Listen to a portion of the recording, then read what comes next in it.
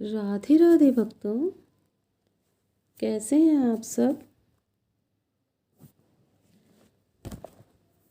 आशा है सभी स्वस्थ होंगे, खुश होंगे, अपने जीवन में कोई परेशानी नहीं होगी। आप सभी खुश होंगे, बहुत खुश होंगे। आने वाली 24 जनवरी को पुत्रदा एकादशी है। पौष शुक्ल पक्ष की एकादशी है।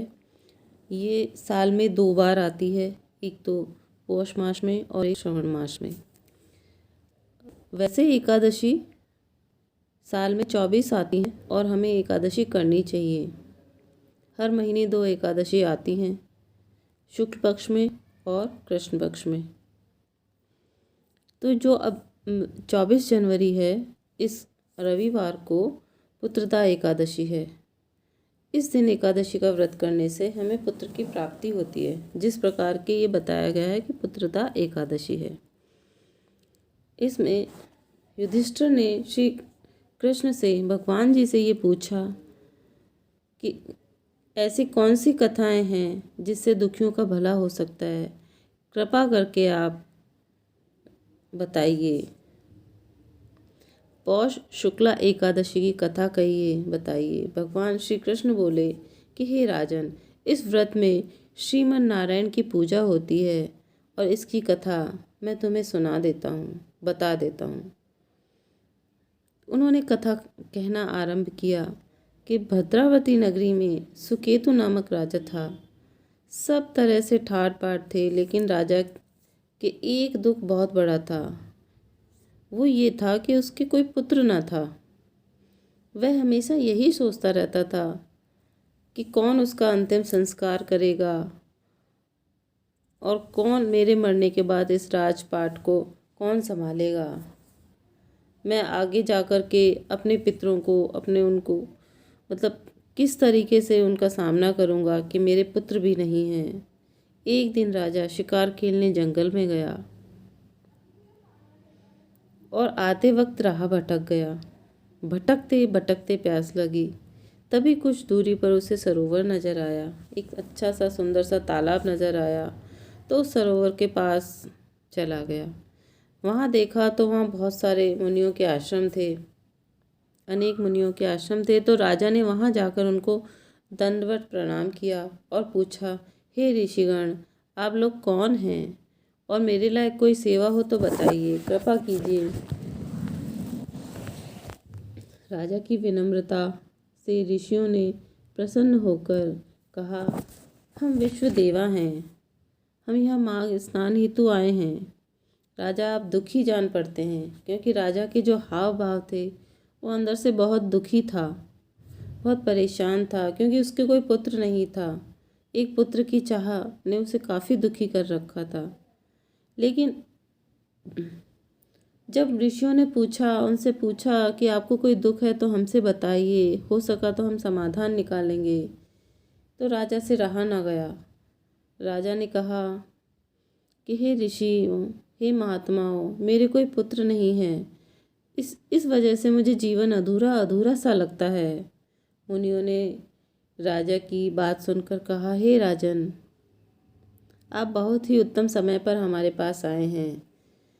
आप कल पुत्रदा एकादशी है, तो आप इस विधि द्वारा आप नारायण का व्रत कीजिए, एकादशी का व्रत कीजिए और श्रीमन नारायण का जाप कीजिए, भगवान की पूजा कीजिए, आराधना कीजिए। द्वादशी को उसका व्रत का पारण कीजिए, दान पुण्य करिए, ब्राह्मणों को भोजन करवाइए। राजा ने सुना, राजा ने उनकी बात मानी और श्रीमन नारायण श्रीमन नारायण श्रीमन नारायण का उन्होंने जाप किया। और सुबह उठे जल्दी, उनको बताया गया कि सुबह जल्दी ब्रह्म मुहूर्त में उठे, सूर्य को अर्घ्य दें, हल्के हल्के रंग के वस्त्र पहने और श्रीमन नारायण भगवान की पूजा करें या कृष्ण भगवान की पूजा करें, क्योंकि सब उन्हीं के अवतार हैं, ये तो हम सभी जानते ही हैं। और उन्होंने आकर के अपनी रानी को सब कुछ बताया कि क्या क्या हुआ। उन्होंने उस व्रत को किया। अगले दिन सुबह जल्दी उठे, नहाए धोए, ब्रह्म मुहूर्त में उठ करके सूरज भगवान को जल दिया और जिस जैसा ऋषियों ने बताया उसी प्रकार व्रत किया। फिर उन्होंने बताया कि व्रत का उद्यापन वह कैसे करना है, ब्राह्मणों को भोजन कराना है, वस्त्र आदि की दक्षिणा देनी है।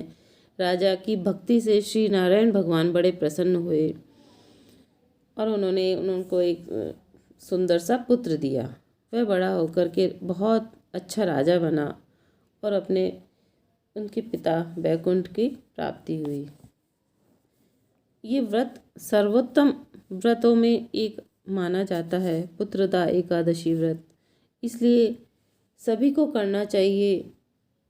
एकादशी के व्रत वैसे भी सभी को करने चाहिए, इससे क्या है, मन अच्छा होता है। हाँ, एकादशी का व्रत अगर हम करते हैं तो इस दिन कोई झूठ ना बोलें, कपट ना करें, क्रोध ना करें, ब्रह्मचर्य व्रत का पालन करें और हो सके, संभव हो सके तो हम सच्चाई पे चलें, किसी का दिल ना दुखाएं, अच्छी आदतों को अपनाते हुए दुनिया में, मतलब जो संसार है इसमें केवल एक पुत्र सभी को चाहिए, पुत्रियां भी चाहिए, ऐसा नहीं है कि पुत्र ही चाहिए, पुत्रियां भी चाहिए, पर एक मन में जो आकांक्षा रहती है कि अगर हमारे पुत्र हैं तो पुत्री भी हो और पुत्री है तो पुत्र भी हो। अगर हमारे कोई संतान है ही नहीं, न पुत्री है न पुत्र है, तो उम्मीद रहती है कि पुत्र होता, काश हमारे भी एक पुत्र होता जो हमारा पिंड दान करता हमें अंतिम संस्कार के समय, क्योंकि पुत्र का एक अलग विशेष महत्व बताया गया है।